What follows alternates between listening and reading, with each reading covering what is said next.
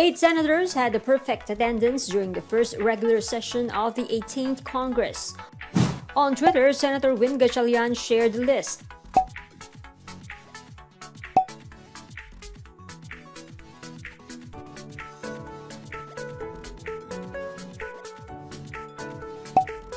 Lawmakers attended all 67 sessions from July 22, 2019 to June 24, 2020.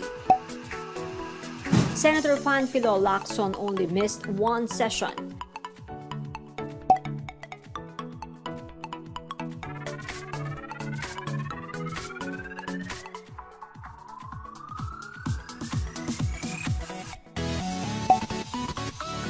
The Senate record also showed that Senator Leila de Lima had 0 attendance.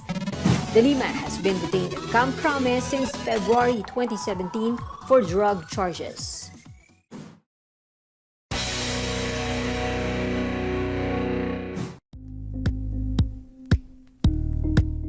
Thank you for watching Politiko TV. Please like and subscribe to our channel for more videos.